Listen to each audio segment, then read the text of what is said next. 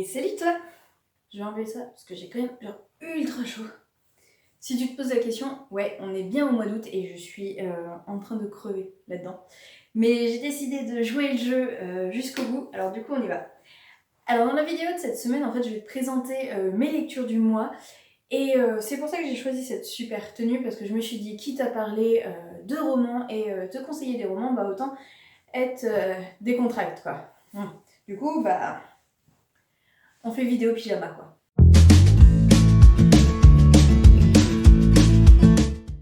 Alors tout d'abord, en fait, je tiens à remercier les auteurs qui m'ont fait confiance et qui m'ont envoyé leurs romans pour ce mois-ci. Je parle d'auteurs parce que j'ai communiqué uniquement avec des auteurs ce mois-ci, mais il y en a un dans le lot qui n'est pas un auteur autopublié, mais qui vient d'une maison d'édition. Je te l'indiquerai quand je te présenterai son livre.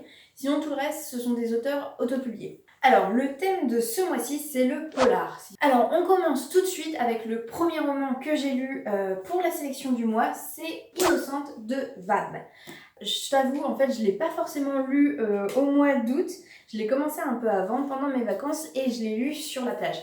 C'est un roman que tu dévores. Alors après, étant donné que j'étais en vacances, que j'avais que ça à faire de ma journée, forcément, bah oui. Mais hors vacances, je pense que tu le dévores aussi. Donc déjà, ce qu'il faut savoir, c'est que c'est un thriller. Mais c'est un mélange de thriller, je dirais à la fois médico-légal, juridique, enfin bref, ça comporte plusieurs styles grâce à sa narration. Mais ça, je t'en parlerai plus tard. Tout d'abord, je vais te parler donc du coup de l'histoire. On va découvrir Victoire, une quarantenaire qui un jour va rentrer du travail et va trouver son mari assassiné dans leur appartement. Il n'y a rien qui peut nous présager une entrée par effraction ou ainsi de suite. On ne sait pas qui pourrait être le meurtrier. Et du coup, va commencer une enquête. Ce qu'il faut savoir, c'est que par contre, le contexte de cette enquête est très particulier. Parce que dans la ville sévit un tueur en série. Donc clairement, l'équipe d'enquêteurs, ils ont juste envie de bâcler ce petit meurtre qui n'a aucun rapport avec le tueur en série pour pouvoir se concentrer sur l'affaire principale de la ville, quoi, finalement. On est sur une enquête à charge où les enquêteurs ne s'occupent que de trouver toutes les preuves pour montrer que c'est Victoire la coupable. Donc d'un côté, on a l'enquête à charge et de l'autre, on a Victoire qui essaye de montrer qu'elle est innocente. Alors pourquoi je te disais du coup que c'est un roman qui contient, on va dire, plusieurs genres de thriller? Et bien tout simplement parce qu'en fait la narration est multiple. On ne suit pas juste en fait une vision à la troisième personne, il y a plein de styles différents. On a aussi des procès-verbaux, on a les comptes rendus d'autopsie, on a également en fait le journal du tueur en série, justement. Enfin c'est super intéressant parce que l'auteur en fait utilise énormément de moyens de narration pour nous faire rentrer dans son univers. Et quand je te disais par exemple les comptes rendus d'autopsie ou les procès-verbaux, ce sont les vrais documents officiels. T'enlèves toute la paillette que t'as autour du roman policier habituellement, et là en fait t'as quelque chose de vraiment réaliste. Et c'est ça que j'ai adoré dans ce roman, c'est que c'est pas romancé quoi en fait. Du coup, très honnêtement, on voit qu'il y a un énorme travail de recherche, ou alors l'auteur connaît quelqu'un qui travaille dans le milieu, je sais pas, mais en tout cas, c'est extrêmement réaliste et ça permet en fait de voir ce qui se passe réellement dans une enquête policière. Je suis une énorme fan en fait de toutes les vidéos sur les meurtres, tueurs en série ou même les émissions dessus. Et disons que ce bouquin, oui, c'est une histoire qui a été inventée, mais ça m'a fait beaucoup penser à ces émissions-là dans le sens où on voit vraiment ce qui se passe réellement dans une enquête. Et je trouvais ça super intéressant. Alors pour ma part, ça a été un énorme coup de cœur. Déjà pour le côté très réaliste, mais surtout en fait pour le coup ça porte très bien le nom de thriller parce qu'au niveau du suspense c'est intense. J'aime beaucoup lire les dernières pages d'un livre pendant ma lecture. C'est pas bien, je me spoil souvent à la fin, et pour celui-là mais l'envie était insoutenable, je voulais vraiment connaître la fin et j'ai résisté. Ça a été extrêmement dur mais j'ai résisté. Je trouve que à la fin on est vraiment surpris par la conclusion. Enfin, je le recommande énormément. Et il se trouve que le lieutenant qui s'occupe de l'enquête, on le retrouve dans les deux autres livres de Vab. Donc du coup, si t'as aimé celui-là, t'en as deux autres après. Donc fonce quoi. Alors ensuite, on va changer totalement de registre. Et on va voir quelque chose de beaucoup plus léger, c'est meurtre bénévole. Là, on est sur un roman de détection. Comment ça, tu sais pas ce que c'est un roman de détection? T'as pas regardé ma vidéo? Bah, je te dis, elle était dans le i là. Donc tu mets sur pause, tu regardes la vidéo pour savoir ce que c'est un roman de détection et savoir de quoi je parle. Non, non, mais vraiment. Non, bon, allez. Je te fais marcher, je vais t'expliquer vite fait ce que c'est un roman de détection. Un roman de détection, en fait, c'est un roman policier où tu as tous les indices en même temps que le détective et tu vas pouvoir deviner qui est le meurtrier si t'es doué. Bon, spoiler alerte, je suis pas douée apparemment en tant que détective, donc tant mieux que je me suis pas lancée dans la carrière. Parce que j'ai pas trouvé qui était le meurtrier avant la fin. Si t'aimes le Sherlock Holmes ou Agatha Christie, mais que tu trouves qu'ils sont un peu rasoirs et pas très drôles, ce livre-là, il est fait pour toi.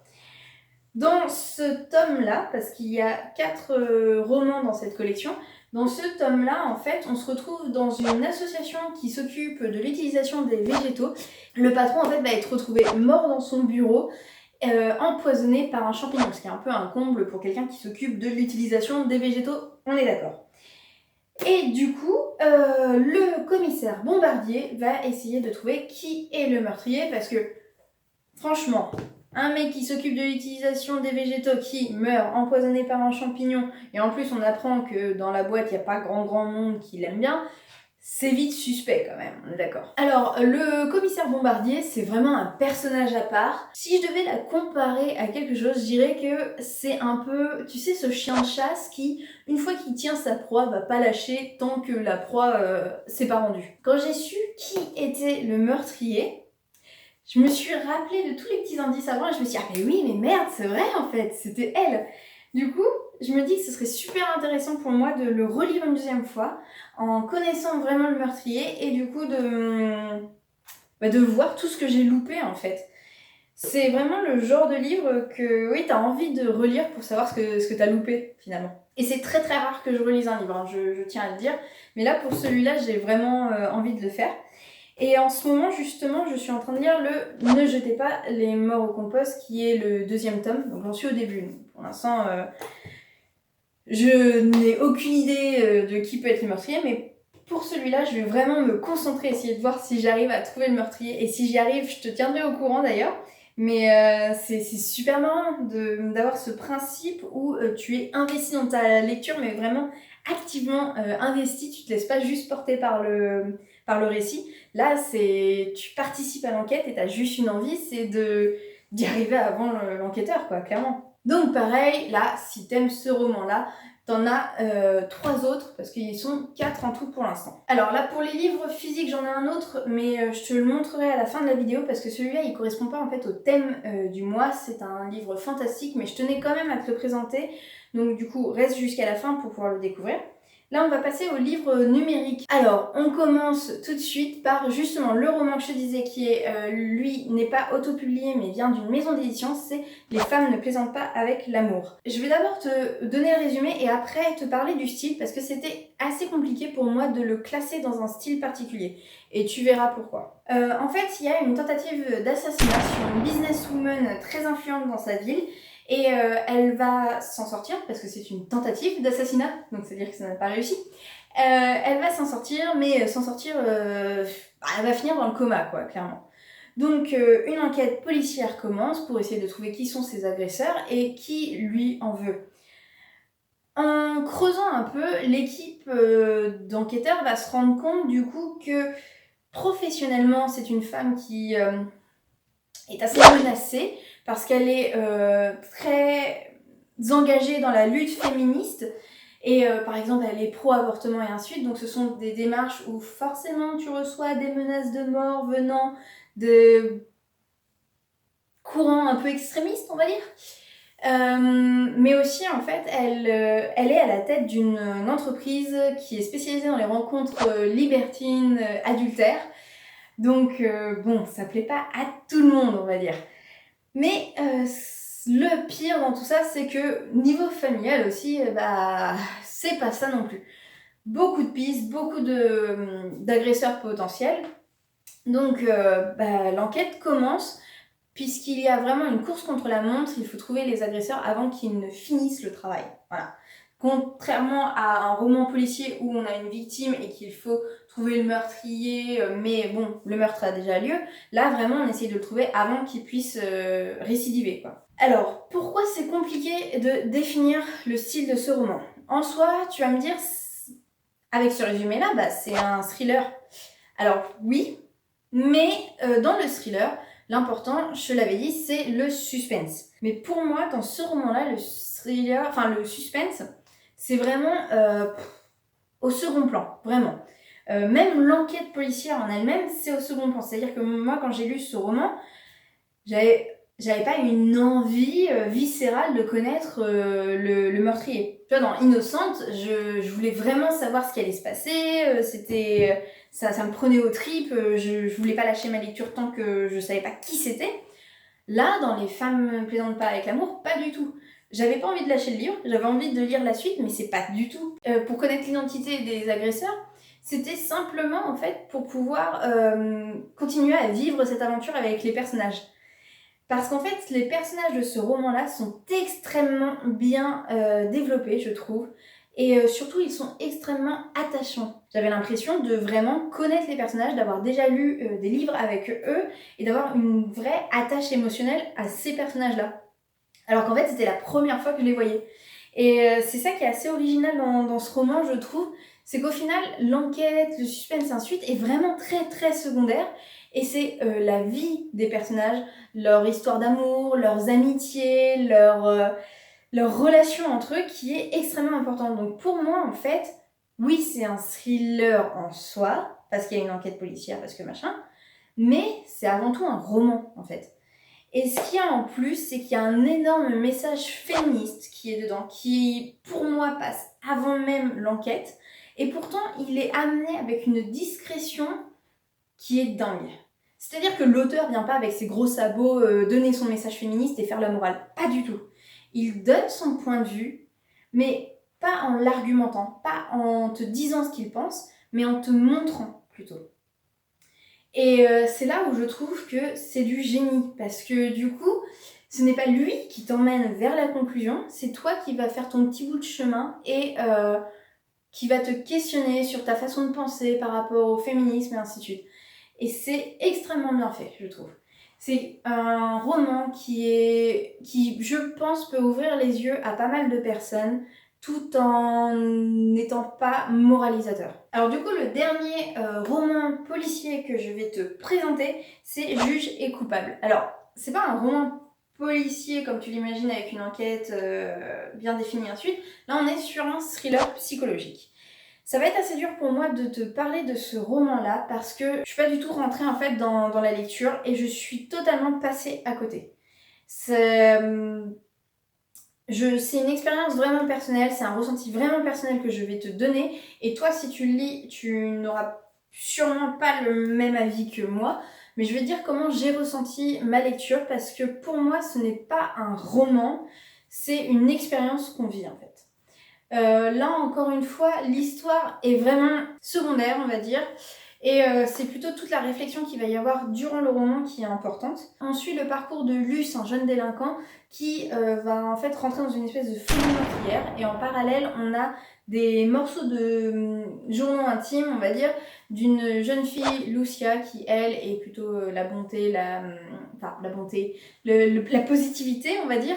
Et on a aussi Jack qui lui est le côté plutôt sombre d'une personnalité, on va dire. Là, en fait, ce roman-là, il sert à vivre une introspection interne. Une introspection, c'est interne forcément, mais une introspection personnelle. Il sert en fait à te questionner sur toi, à t'ouvrir les yeux sur certaines dimensions de ta personnalité, te faire réaliser des choses, te percuter, te toucher, Vraiment, il te sert à vivre des émotions. Et l'important n'est pas forcément l'histoire en elle-même. C'est plutôt ce que je te disais, l'expérience que tu vas vivre avec ce roman. Pour ma part, je suis totalement passée à côté. Mais vraiment, vraiment.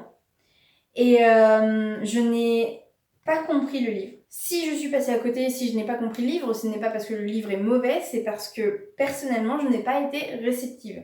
Donc peut-être que pour toi, encore une fois, ce sera une très bonne expérience. Mais pour ma part, c'est pas passé et je pense que c'est le genre de roman qui ne te laisse pas indifférent, ça c'est sûr. Et soit ça passe, soit ça casse. Vraiment, en fait. T'as les deux extrêmes et je suis pas sûre que t'as un juste milieu. Quand j'ai fait ma lecture, j'étais très perturbée, je savais pas ce qui s'était passé. Je me suis dit, je suis rentrée dans une autre dimension, c'est pas possible. J'ai voulu, après ma lecture, après avoir écrit ma chronique, après vraiment avoir dit tout ce que j'avais à dire sur ce roman, j'ai voulu voir ce que les autres avaient ressenti en fait pendant la lecture et j'ai lu d'autres chroniques sur ce livre-là. Et c'est exactement ça en fait, c'est exactement ça. Il y a les deux opposés. Il y a ceux qui ont vraiment vécu l'expérience à fond, qui ont découvert des choses sur eux, qui ont été ultra réceptifs et qui le trouvent très très bon. Et il y a ceux comme moi qui sont totalement passés à côté. Du coup, si t'es curieux, tu peux tester, voir ce que toi, ce roman te procure. Mais voilà, je tiens quand même à préciser que vraiment c'est qui tout double. Et du coup maintenant je vais te parler du dernier roman qui n'est pas un roman policier mais qui est un roman fantastique. C'est Medium. C'est un roman fantastique qui nous parle d'un monde futuriste. Alors en fait en 2055 les anges vont arriver sur Terre pour pouvoir, comment dire, faire en sorte que l'humanité aille un peu mieux, tu vois. Parce que l'humanité, toi-même tu sais, on est un peu la guerre, la famine, envieux des autres, enfin bref, on n'est pas les plus joyeux lurons de la bande, quoi. Et du coup, les anges se disent que ce serait bien qu'ils mettent la main à la pâte et qu'ils nettoient un peu tout ce merdier. Ils vont donc décider d'organiser le monde et en fait d'aliéner en quelque sorte les humains, c'est-à-dire que les humains deviennent des robots qui n'ont plus d'envie, plus de pensée propre et qui vont juste finalement travailler tout le long. Mais comme ça, au moins, il n'y a plus de guerre. C'est une solution peut-être pas celle qu'on aurait choisie, mais c'est une solution comme une autre. Hein. Ça vaut le coup d'essayer. Et on va suivre du coup le parcours d'une jeune fille qui, elle, n'est pas aliénée comme les autres, justement, qui a sa propre identité et qui va chercher à sauver l'humanité. Elle va être accompagnée d'un démon qui... même si c'était peut-être pas son objectif premier, va l'aider pendant cette aventure. Et on est vraiment sur quelque chose un peu, on va dire, aventure épique. J'étais très enthousiaste en fait en lisant le résumé parce qu'il y avait ce côté réécriture biblique et je sais pas, j'avais envie de voir ce que ça donnait.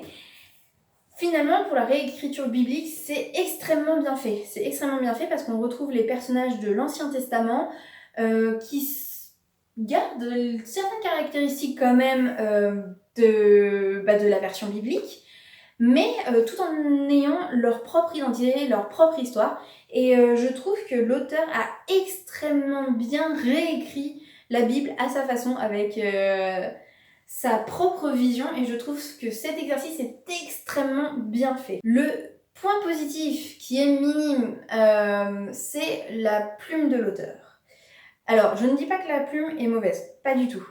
C'est juste que c'est un style où personnellement j'ai un peu de mal en fait. Je sais pas, au niveau de la narration, on est plus sur une narration d'un conte, on va dire en quelque sorte, que d'un roman. Alors pas tout le temps, la grande majorité ça reste quand même une narration roman, mais il y a de grosses parties quand même qui font plutôt une narration de conte. Et c'est vrai que du coup moi j'ai du mal à rentrer dans l'histoire dans ces moments-là. Je reste assez extérieure, je reste plutôt spectatrice du coup, et j'ai du mal à m'investir dans ma lecture quand il y a ce style de narration. Si par contre toi tu aimes ce style de narration ou que tu t'en fiches du style de narration et que pour toi le plus important ça reste l'histoire et l'intrigue, je te conseille vraiment vraiment ce livre parce que l'intrigue est extrêmement bien faite, les personnages très développés, et puis je te dis tout le côté réécriture biblique, c'est génialissime. Un autre petit point qui, bon, c'est l'histoire d'amour qui est quand même assez classique, on va dire, dans ce type de roman, mais elle est pas gnangnan, elle est pas... elle est... Enfin voilà, c'est juste que ça reste une histoire d'amour classique, mais elle dessert pas du tout le roman, hein, très honnêtement. Je pense que c'est un roman pour jeunes adultes, peut-être des personnes d'une vingtaine d'années, un peu moins, un peu plus. Je pense que moi j'arrive en fait à la limite par contre au niveau de la tranche d'âge. Et alors je suis pas beaucoup plus vieille que 20 ans, j'ai 25 ans. C'est tout pour ce mois-ci. Donc je vais m'arrêter là pour cette vidéo. Je t'ai présenté mes services presse du mois. Le mois prochain ce sera le thème du fantastique. J'ai vraiment hâte de pouvoir t'en parler parce que j'ai commencé mes lectures et déjà ma première lecture ça a été un énorme coup de cœur. J'ai même déjà sorti l'article parce que je voulais pas attendre. Voilà, c'est mes lectures du mois de septembre et puis pourtant fin août j'ai déjà commencé à les sortir. Si jamais t'as lu un de ces livres là, n'hésite pas à m'en parler ou si jamais ça t'a donné envie, viens m'en parler si tu veux plus de détails sur un des livres. Sinon, ce sera tout pour moi pour cette vidéo et je t'embrasse fort, je te dis à la prochaine vidéo. C'était Mélanie de l'Allée des Livres. all again.